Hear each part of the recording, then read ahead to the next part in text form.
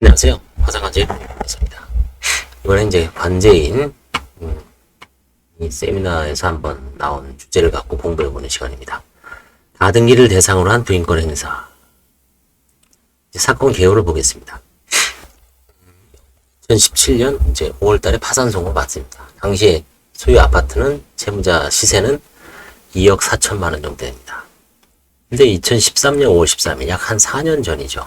매매 예약 및 소유권 이전 등기 청구권 보존에 의한 가등기가 되어 있습니다. 실제는 이제 담보 가등기로 판단됩니다. 우리가 가등기에는 두 가지가 있죠. 담보 가등기와 소유권 이전 등기 청구권을 보존에 의한 가등기가 있습니다. 지금 지급 불능 시기가 2016년 8월이라고 진술되어 있습니다.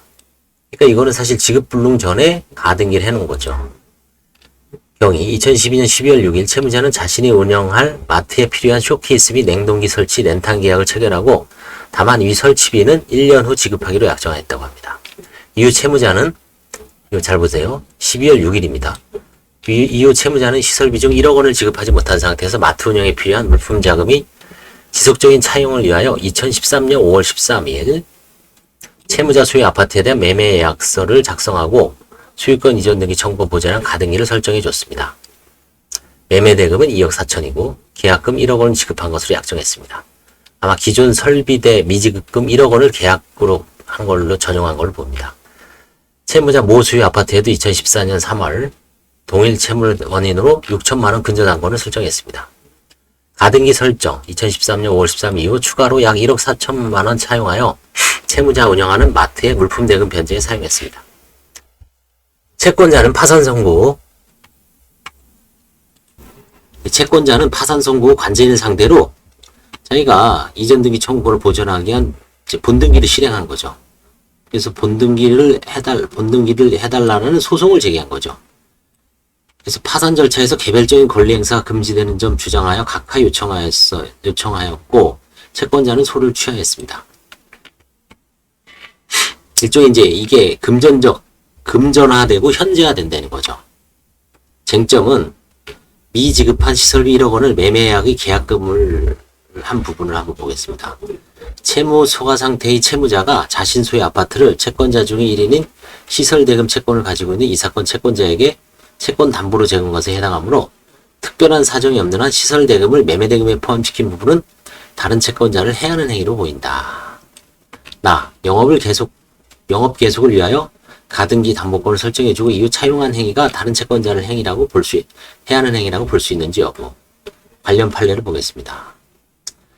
파산 절차상 부인의 대상이 되는 채무자의 행위가 파산 채권자에게 유해하다고 하더라도 행위 당시 개별적, 구체적 사정에 따라서는 당해 행위가 사회적으로 필요하고 상당하였거나 불가피하였다고 인정되어 일반 파산 채권자가 파산재단이 감소나 불공평을 감수해야 한다고 볼 수 있는 경우가 있을 수 있고 그와 같은 예외적인 경우에는 채권자 평등, 채무자의 보호와 파산 이해관계의 조정이라는 법의 지도 이념이나 정의관념에 비추어 채무자회생법 391조 소정의 부인권 행사 대상이 될 수 없다고 보아야 할 것이다. 채무 초과 상태에 있는 채무자가 그 소유의 기계설비 등 유체동산을 채권자 중 어느 한 사람에게 채권담보로 제공해 행위는 특별한 사정이 없는 한 다른 채권자들에 대한 사행에 해당한다 할 것이나 자금난으로 사업을 계속 추진하기 어려운 상황에 처한 채무자가 자금을 융통하여 사업을 계속 추진하는 것이 채무 변제력을 갖게 되는 최선의 방법이라 생각하고 자금을 융통하기 위하여 부득이 기계설비 등 유체동산을 특정 채권자에게 담보로 제공하고 그로부터 신규 자금을 추가로 융통받았다면 특별한 사정이 없는 한 채무자의 담보권 설정에는 사행에 해당하지 않는다. 의견 실제 차용하지 않는 상태에서 차용을 위하여 담보로 제공한 것 자체가 채무자의 일반 재산을 감소시키는 하행위로서 부인권 행사 대상이 된다고 볼 여지는 있다.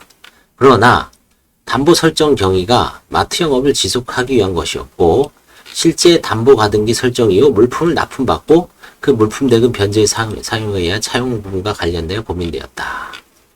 채무자 입장에서는 채무자가 마트 영업을 지속하기 위해서는 계속적 물품 매입이 필요하였고 물품 대금을 지급하지 못하면 마트 운영을 할 수 없는 처지였던 점, 담보가등기 설정 후 물품 대금 지급이 필요할 때마다 채권자로부터 지속적으로 금원을 차용하여 그 금원으로 물품 대금을 지급한 사실이 확인되는 점, 만약 가등기를 설정하지 않았다면 물품 대금을 지급하지 못하였을 것이고 채무자 마트 영업도 하지 못하였을 것임이 분명한 사실.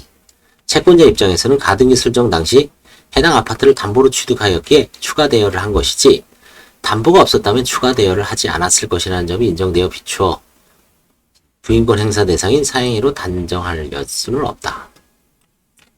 부인권 청구 방식 내지 범위 관련 고민사항. 가등기 담보 설정 자체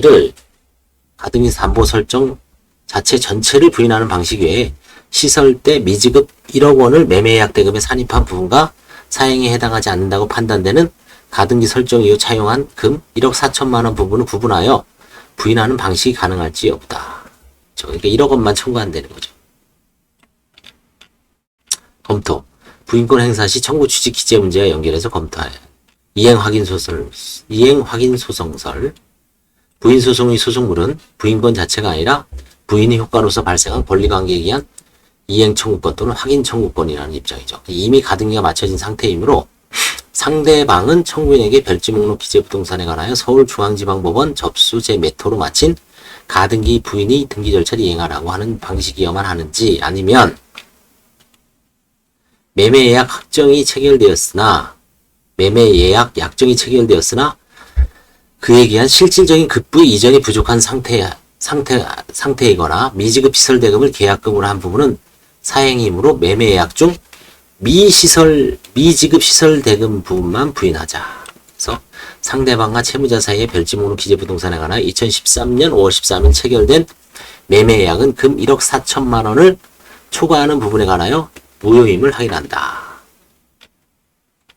검토의 경우 가액배상은 부인권 행사할 당시 이미 그 대상이 되는 재산이 물리적으로 멸실이 훼손되거나 상대방이 제3자에게 처분하여 현존하지 않거나 담보물을 처분하여 금전으로 수령한 경우에 가능한 점. 문제 있는 매매 약정에 기하여 가등기가 이미 설정된 상태이므로 부인 청구의 범위에 속하지 않을 수 있는 금원을 제한 나머지 부분만을 가액 반환 청구하는 것은 가능하지 않다고 생각된다. 또한 이미 가등기가 된 상태이므로 단지 채무 부존재 확인의 형식에 의하면 궁극적 문제 해결이 되지 않죠. 가등기 설정 후 대여한 금 1억 4천만 원에 대한 재단 채권 인정 가능한지 여부. 부인권은 파산재단을 부인이 대상이 되는 행위 이전의 상태로 원상회복시키는 데 있지 채무자로 하여금 부당하게 이익을 얻게 하려는 것이 아니므로 채무자의 행위가 부인된 경우 채무자의 급부에 대하여 한 상대방의 반대 이행은 파산재단으로부터 반환되어야 합니다. 법조항. 상대방이 한 반대급부가 파산재단에 현존하고 있는지 여부에 따라 해결한다. 398조 제1항 전단. 상대방이 한 반대급부가 채무자의 재산 중에 현존하는 경우 그 반환 청구가 가능하고요. 상대방이 한 반대급부 자체는 현존하지 않으나 반대급부로 인하여 생긴 이익이 현존하고 있다면 상대방은 이익이 현존하는 한도 내에서 재단 채권자로서 상한을 청구받을 수 있다. 398조 제2항 후단. 반대급부 자체는 물론 그 반대급부로 인하여 생긴 이익조차 현존하지 않는다면 상대방은 가액의 상한에 관하여 파산 채권자로서 권리 행사를 가능합니다.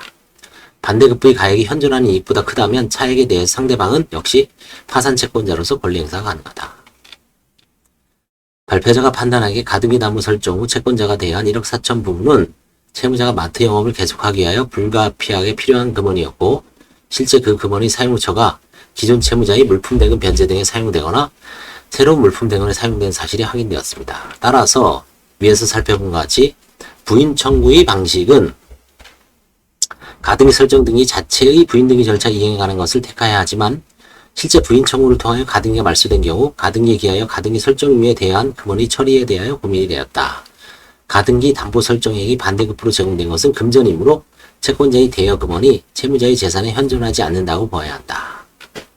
그런데 반대급부가 금전인 경우 반대급부 자체는 물론 그 이익도 현존하지 않는다고 보는 것이 통설적 견해이긴 하나 가등기 설정 이후 차용한 금원으로 기존 물품대금이나 기후 계속적인 영업을 위한 물품대금 변제에 사용된 사실이 확인되었으므로 그 반대급부로 생긴 이익이 현존하고 있다고 볼 수 없는지 고민을 하게 되었다. 가등기 설정 이후 대여한 금원이 다른 채권자에 대한 기존의 채무 변제나 채무자 영업 유지를 위한 자금으로 사용하여 현재 채무자 재산 상태에 대한 이익이 있다고 볼 여지가 있다면 비록 가등기 설정 행위에 대한 부인 청구가 인용되더라도 가등기 설정 이후 대여한 금원에 대해서는 재단 채권으로 인정해 줄 여지가 있다고 보인다. 과연 이 경우 재단 채권으로 인정될 여지가 있는지 뭐 여러 가지 논의가 있습니다. 이제 어떤 분은 사회적 상당성 있는 행위다.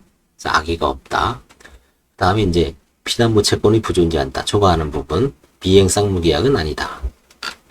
좀 이 가등기와 관련돼서 이제 가등기를 대상으로 한 부인권 행사.